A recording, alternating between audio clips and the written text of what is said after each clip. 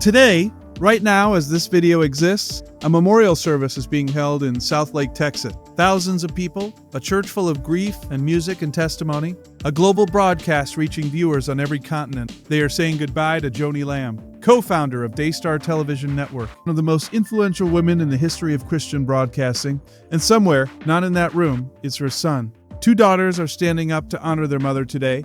One son was not called when she died. Both of those things are true at the same time, and holding both of them without looking away from either is the only honest way to tell this. Joni Lamb co-founded the Daystar Television Network in 1993 alongside her husband Marcus Lamb. What they built is almost impossible to overstate in scale. Christian broadcasting network now reaching more than 2 billion homes worldwide.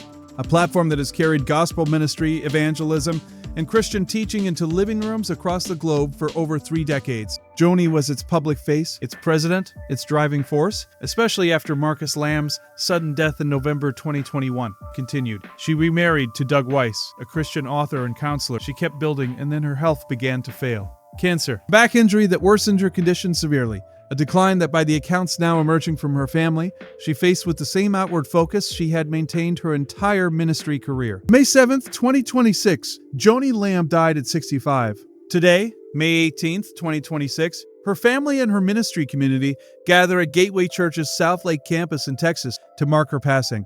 The service is open, it is being broadcast, the world has been invited to witness the tribute, but not everyone in her family is experiencing this day the same way.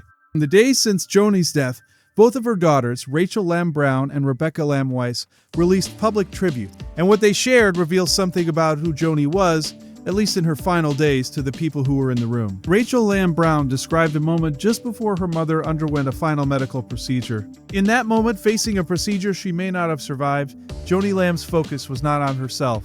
Rachel described her mother asking her doctor about their eternal destiny, evangelizing. In the final moments before surgery, Rachel said her mother's calling was always bigger than any of the pain she was feeling. That detail is striking regardless of your theological perspective. A woman in serious medical distress, in a hospital turning to a doctor and asking where they would spend eternity. That is a portrait of someone whose identity was so completely fused with her mission that even physical crisis could not redirect her attention inward. Rebecca Lamb Weiss described a different kind of tribute, quieter, more personal. She spoke about her 20s, about choosing to live at home with her mother during those years, about the hours they spent together talking, praying, seeking counsel. She described a mother who constantly taught wisdom, who kept her children in environments where they could encounter God's presence, who invested in her daughters in ways that Rebecca is still drawing from. Both tributes, Rachel's and Rebecca's, are genuine. They are the words of daughters who love their mother, who saw something real in her, and they deserve to be heard fully and clearly. Here's where honest storytelling requires us to hold something else at the same time. On the day Joni Lamb died, another voice spoke publicly. Susie Lamb, wife of Jonathan, Joni's son, posted on social media in real time. She wrote that her family was not informed of Joni's. They were down the road, that people knew Joni was dying the evening before, and did not call Jonathan to come say goodbye. She wrote, with what she described as trembling hands, "Fear the Lord." She wrote later that night, "I'm angry because the love was real." These are not the words of a stranger. These are the words of a woman who loved Joni Lamb, who says the love was real, and who was simultaneously describing being excluded from her death. Jonathan and Susie had previously made serious allegations, reported by journalist Julie Roys, about events within the family and the ministry. Those allegations remain unresolved in any legal proceeding, but on the day of Joni's death, no allegation was being made. No legal claim was being filed. The son was down the road, and nobody called. Rachel and Rebecca are at the memorial today. Their tributes are beautiful, and they are real. Jonathan is not in that room, and both of those things are part of the same story. Daystar Television Network has been clear about what comes next. The board released a statement saying the mission does not change, that what Joni and Marcus built will continue, that the global reach, 2 billion homes, will be maintained and expanded. Family and Daystar leadership have emphasized that Joni's legacy is not a conclusion. It is a foundation. Today's memorial service at Gateway Church in Southlake, Texas, reflects that institutional continuity. A major public event. Global broadcast. A carefully organized tribute that positions Daystar as an institution that endures beyond its founder. Tomorrow, May 19, the service will air on Daystar Television at noon, at 8:30 in the evening, and at 1 o'clock in the morning Eastern Time. The entire world that Joni Lamb spent her life trying to reach is being invited to watch. That is the official narrative of this moment. And it is not false. The network is real, the reach is real, the ministry she built is real, but institutions and families are not the same thing. And the continuity of one does not resolve the fracture of the other. Here is what today actually looks like if you hold all of it at once. A public memorial, thousands of people, a church in Texas, music, testimony, and 2 daughters standing up to honor a woman they loved, and somewhere nearby, not in that room, a son and his wife who spent the night of their mother's death learning she was gone from a third party. Rachel described Joni's calling as bigger than any pain she was feeling. Susie described her own pain the next morning as a crazy road, a mix of love, pain, anger, and loss, all mixed up in a bag. Both of those descriptions are honest. Both of them are real. Both of them are happening today in the same story, involving the same woman who is being buried.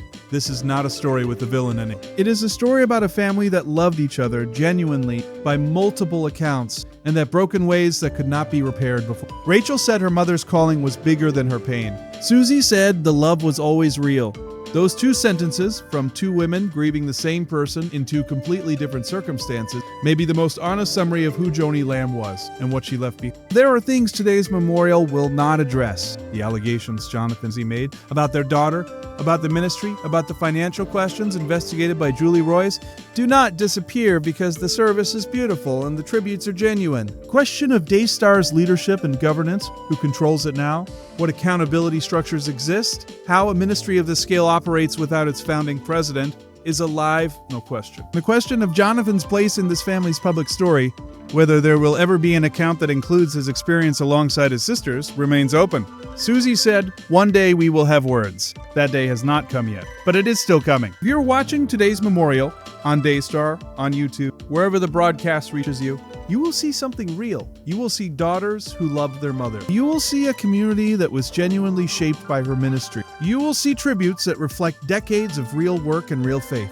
Take that in. It is real. When it is over, remember that the full story of any person is almost never the one that fits inside a memorial service. It includes the people who aren't in the room. It includes the calls that weren't made.